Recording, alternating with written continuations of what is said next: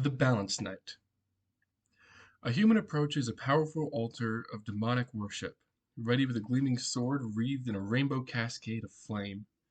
The demon tries to assert its dominance in this plane, but cannot be allowed to remain, unless the sword slashes through the altar, burning it into oblivion, thus returning the demon to their home realm. A powerful orc needs to save their home and their family from extinction, so they dive deep into a demonic plane to barter for luck and food. Protected by gleaming infernal armor, knowing he cannot best a demonically protected yet divinely enhanced warrior, the demon lord agrees and the village is saved. A vile halfling spots a village full of the luck they were wrongfully denied, and they conjure great deals of demonic abyssal smoke which envelops the town. The sacrifice of the entire town, complete with the screams of the afflicted, fills the halfling with a sense of great joy, as the abyssal creatures accepting such sacrifices are pleased, offering protection and power from their own realm of power. In every form, a balanced knight interacts with more than the mortal mundane plane, traveling or drawing from all other realms, demonic and angelic, either in service to any chosen god, a chosen demon or demon lord, or even for themselves, but their strengths are always drawn from all types of sources. They always varied in their execution, making imagination quite key in their execution. A balanced knight can use the energies of the multiverse. Every energy draws from the balanced knight's soul pool, a representation of their own augmented soul. This is how they choose and learn and develop their own path. Welcome to the video about balanced knights. I'm Zach in Kobold's Brew. This is my dog. Hey, Penny. She's starting to hang out today. The Balanced Knight uses a juicy D10 hit dice, and most will want to prioritize your strength and wisdom as your high stats. The Balanced Knight are proficient in heavy armor, shields, simple and martial weapons. They don't have any tool proficiencies. They gain proficiency in strength and wisdom saving throws, and they can choose 2 skills from Athletics, Arcana, Insight, Intimidation, Persuasion, and Religion. The Balanced Knight main tool, even though they don't have tool proficiency, I'm calling it a tool. The main object is called the Medallion of Balance. The Medallion of Balance's native form appears as follows. It will inherit the shape of a circle. The medallion will be no bigger than the palm of the user's hand and will weigh half a pound. On the back of the medallion is a set of dividing lines with runes which correspond with 7 small slots. Those who are well versed in forms of Arcana can read the runic inscription. The runes are numbers 1 through 7, starting at the top middle and moving clockwise with 7 in the exact center. The layout will be different in other medallion forms because the medallion can change forms. Around the sides of the ring, around the sides is a ring of rainbow-colored metal. A button is placed at the top to extend a necklace around the neck of whoever it is bonded to.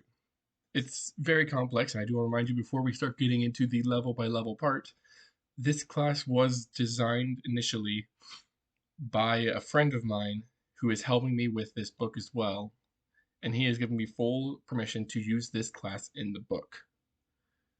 He designed it initially, and then I edited it and balanced it and put it more to fit into an actual playable class instead of being entirely broken and confusing. I'm still confused by it, I'm going to be entirely honest. Level 1. Level 1, you get Weapon Attunement, Soul Pool, and Knight's Archetype, however you want to say it. Weapon Attunement. Starting at first level, the Balanced Knight can choose a single set of weapons. It can be a single 2-handed weapon or 2 1-handed weapons. Ooh. If it's a 1-handed weapon, you can choose to have a shield instead of a second weapon. As you level up, you can gain more weapons according to the following weapons below. Starting off, you get a weapon set of choice from the player's handbook. Starting at 2nd level, Balanced Knights are able to choose 2 returning throwing daggers, each dealing 1d4 plus dexterity, and piercing damage, and as a bonus action, you can recall them to your hand. Unlocked at 5th level is one of two options. If you chose a shield to begin with, you now gain an additional +1 while wielding the shield. If you did not choose a shield, you are given a shield. Unlocked at level 8 is a single ranged weapon. This can be anything from a sling, a bow, a crossbow, a blowgun, or even a pistol. There are a lot of firearms in this book as well. If it is a one-handed ranged weapon, 2 may be chosen. So you can, once you hit level 8, dual wield flintlock pistols. It is pretty cool, but they're more built around melee stuff anyways. Soul Pool. A balanced knight starts with the energy types determined by their subclass, and they gain access to more as they level. You will spend soul pool points determined by abilities later in this class and among side classes or subclasses. Yet again, this was his wording. A balanced knight has only 1 soul pool point at level 1. Every level, the knight gains an additional soul pool point. Once expended, all soul pool points will only recover after finishing a long rest.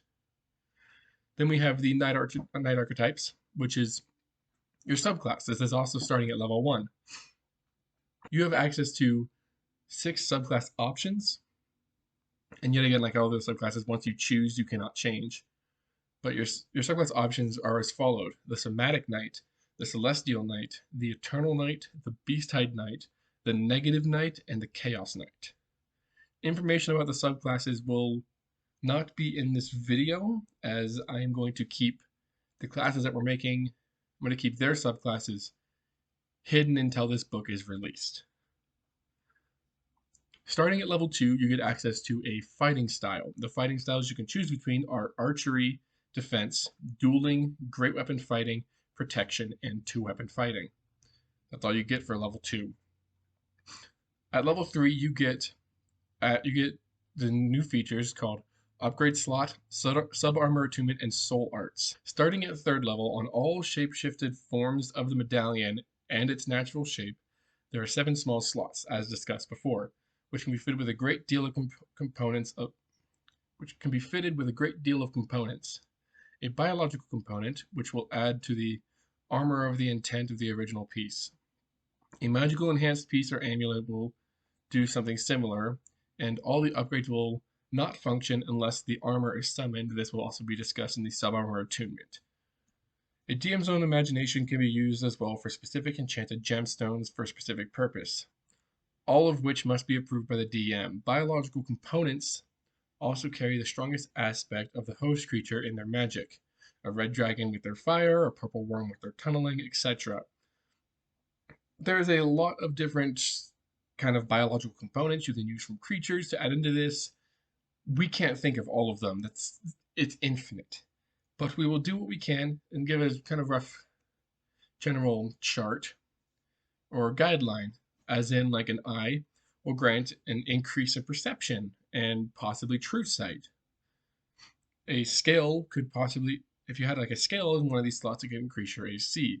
Muscles or ligaments can increase your strength or dexterity. A wing fragment can create mechanical wings whenever your armor is summoned, giving you a flying speed. If you have a claw, it can increase your damage. If you have a shard of metal, it can increase your hit point maximum. If you have like a tail stinger from a creature, you can add additional poison damage to your melee attacks. So on and so forth. Like I said, there's simply too many items to list. But this is a rough guideline, and DMs can choose to change what they get as it happens. Sub-Armor Attunement. Starting at 3rd level, you can choose between these 3. Either the Robes of the Magi, the Knight, or the Beastly Armor. Each armor can be summoned as an action, allowing you to don or doff your armor as an action. If you previously had half or full plate armor, then that armor transforms into your new sub-armor, but it will also be changing your armor class depending on which one of these 3 you choose. Once you've chosen these, they can be changed after finishing a long rest. Robes of the Magi. While wearing this sub-armor, your AC becomes 10 plus your Wisdom modifier. In addition, you learn 2 cantrips from the wizard list, as well as one first level wizard spell. You have 2 spell slots for that spell, and they use your wisdom for it. The Knight. With this sub-armor, your AC becomes 10 plus your strength modifier, plus half your proficiency bonus rounded down. In addition, when making a melee attack that doesn't use any soul pool points, then you can add your proficiency bonus to your damage. Beast Armor. While wearing this armor, your AC becomes 12 plus your strength modifier. In addition, you gain resistance to force damage while wearing it. Next, we have the Soul Arts. Starting at 3rd level, you gain access to different Soul Arts. Each Soul Arts costs soul pool points to use. There's currently 3 options here, being the Weapons Edging, which allows you to spend a point to deal an additional damage with your melee weapons. Or we have Conjure Weapon, which you can spend a bonus action and spend a certain number of points to have a weapon that deals a certain amount of damage depending on how many points you spend. The Conjured Weapon doesn't last too long as it will disappear at the end of your next turn. Or you can do the Energy Shield, which is pretty good. As an action, a Balanced Knight can conjure an aura type shield over a person you can see within 60 feet. The energy can be one from your subclasses, which once the book comes out, you'll understand that, or you can choose it to automatically become Force. While the target has an energy shield, they gain resistance to the damage type chosen from your energy. Each shield level costs 1 soul point to summon and gives the target 15 temporary hit points. The shield is only active while they have the temporary hit points. At 6th level, 13th level, and 20th level, you can summon 1 additional shield for the same cost. These can stack on one creature or can be spread out among different ones. Level 4, ability score improvement. Simple as that. Level 5, extra attack. It's the fighter thing, except you're only going to get 1, you don't get multiple. Level 6, upgrade slot number 2. You get a second upgrade slot. Level 7, Knight Archetype feature. Oh. Level 8, ability score improvement. Level 9, upgrade slot 3. Yeah, it's a big gap of a whole lot of not too much there. Level 10, Balance Storm. Starting at 10th level as an action, you can spend 10 soul pool points centered on the Balanced Knight out in a 100-foot diameter sphere. This storm creates an anti-magic field around the caster in that area, moving as they do. The storm lasts for 3 rounds of initiative, or 18 seconds. During the storm, it deals 3d8 plus the damage of all newly cast spells caught in the radius per turn. Any spells cast are immediately consumed by the aura, feeding its effectiveness, then will strike all creatures of the Knight's choice with lightning once per turn. Dex saves equal the Knight's spell save DC, and the damage dealt depends on how many levels of spells were absorbed into the storm. Each spell and spell level adds 1d4 lightning damage to the next lightning strike. And all the d4s reset at the end of your turn. Allies to the caster get healed for half the damage that would be dealt. Should it consume every point of power in the Balanced Knight's soul pool, it gives the Knight 2 points of exhaustion once the spell ends. And with a Constitution roll DC spellcasting number, if failed, they will fall unconscious and suffer another. If successful, they are merely tired and remain awake, already drained of all energy. Yet again, more complex stuff. And weird wording. That'll be changed by the end. Level 11, nothing. Level 12, ability score improvement and upgrade slot 4. Level 13, Knight Archetype feature. Level 14, nothing. Level 15, upgrade slot 5. Level 16, ability score improvement. Level 17, Knight Archetype feature. Level 18, upgrade slot 6. Level 19, ability score improvement. Level 20, we're here, upgrade slot 7. Just kidding, there's more. There's also something called Wrath of the Multiverse. Starting at level 20, this ultimate beam of power takes both an action and bonus action to use, but it obliterates everything in a cylinder in front of the caster in a 20-foot wide, 100-foot long beam. dealing at most 20d10 of force damage. This damage cannot be resisted or immune to. Here's how this works more in depth. Each soul pool point expended on this feature, the damage increases by 1d10. Starting out at 1d10 and capping out at 20d10 because your maximum soul pool points is equal to your level. All creatures within the range of this beam must make a Constitution saving throw against your Night spell save DC, taking full damage on a failed save and taking half damage on a success. This is all the class features for the Balanced Knight, but yet again, no subclass information. That's going to be in the book when it comes out. All 6 of them are done. I'm just choosing not to share them. Thank you for watching. Remember to like and subscribe. Next video we will talk about the Channeler, the cantrip casting psychic.